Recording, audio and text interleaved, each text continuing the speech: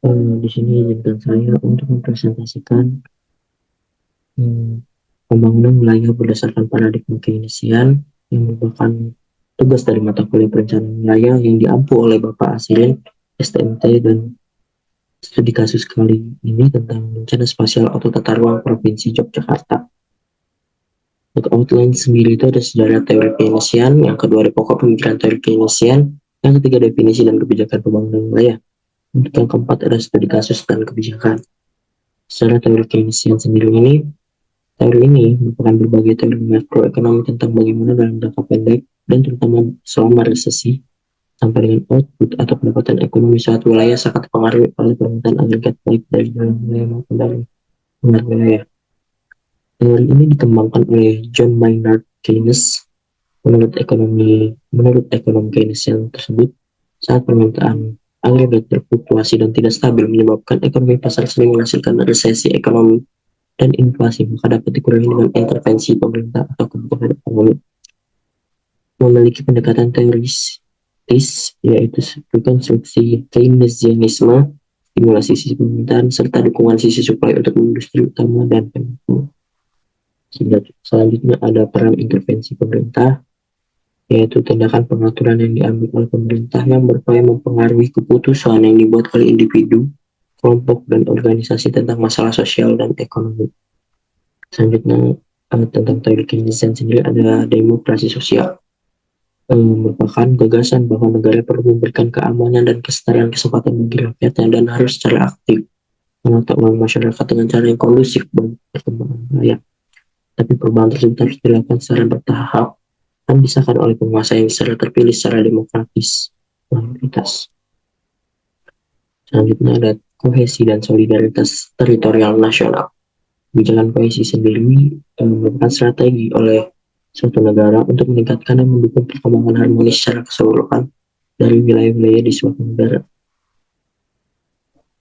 Selanjutnya ada penyebab kesenjangan wilayah, yaitu ada deregulasi atau liberalisasi pasar, masalah ekonomi secara struktural, rendahnya investasi, terjadinya penguasaan modal menuju wilayah yang lebih maju, dan yang terakhir ada partisipasi pemerintah yang tidak memadai dalam pembangunan wilayah.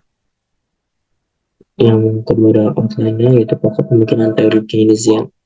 Teori-teori Keynesian dalam pembangunan wilayah disebut juga teori-teori yang menjelaskan terjadinya divergensi wilayah menuju polarisasi atau berkutub pada satu titik.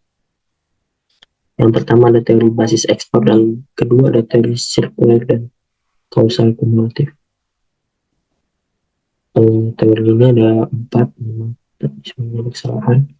Dan teori basis ekspor, yaitu menekankan pada sisi permintaan semakin tinggi kemampuan wilayah dalam memproduksi barang yang banyak diminta wilayah lain, memproduksi barang yang bisa diekspor ke wilayah lain. Yang kedua ada teori sirkuler kausal kumulatif, menjelaskan kesenjangan wilayah dengan memasukkan faktor ekonomi dan non-ekonomi. Yang ketiga ada teori sirkuler dan kausal kumulatif Myrdal. Teori ini menyatakan bahwa proses pertumbuhan wilayah cenderung terjadi secara melingkar dan kumulatif tertentu pada suatu wilayah.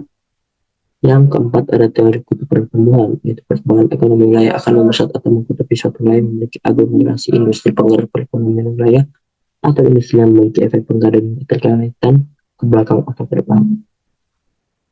Untuk outline yang ketiga sendiri yaitu pembangunan dan kebijakan wilayah dengan pendekatan Keynesian.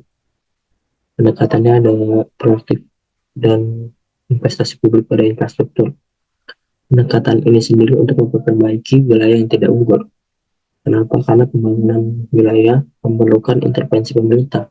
Karena banyak daerah-daerah yang memiliki kesenjangan atau disparitas wilayah untuk mencapai pembangunannya. Selanjutnya ada kebijakan pembangunan wilayah, yaitu ada bantuan untuk wilayah secara ekstensif, otomatis, desentralisasi kewenangan, yang keempat ada pengendalian pembangunan industri, dan yang kelima ada investasi infrastruktur. Jadi studi kasus yang saya ambil yaitu tentang perencanaan spasial atau rencana tata ruang dengan studi kasusnya di kota Yogyakarta. Yang ketujuh ada nasionalisasi industri, yang ke-8 ada pengelolaan kota dan bangunan kota baru, yang ke-9 ada stimulasi atau dukungan untuk industri yang berorientasi ekspor.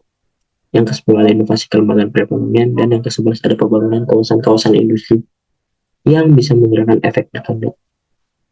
Berikut ini ada studi kasus, yaitu di yang saya ambil adalah tentang rencana spasial atau tata ruang kota Yogyakarta. Untuk strateginya sendiri, pengembangan perkotaan dikembangkan melalui rencana struktur ruang yang meliputi sistem pusat pelayanan, fungsi permukiman kota, rencana jaringan transportasi, rencana sistem jaringan energi, dan rencana sistem jaringan air minum. Untuk pola ruangnya sendiri, seperti yang sudah tertera dalam PPT berikut, ada pola ruangnya juga. Dalam pola ruang ini sendiri dibagi ada 3 bagian, yaitu rencana kawasan lindung, budidaya, dan strategis. Untuk pola rencana pemanfaatan pola ruang itu banyak zona-zonanya, yaitu dari budidaya, kesehatan, pariwisata, perkantoran, perdagangan, dan jasa, dan lain-lain. Mungkin sekian presentasi dari saya. Apabila ada kesalahan, saya mohon maaf. Saya akhiri. Wassalamualaikum warahmatullahi wabarakatuh.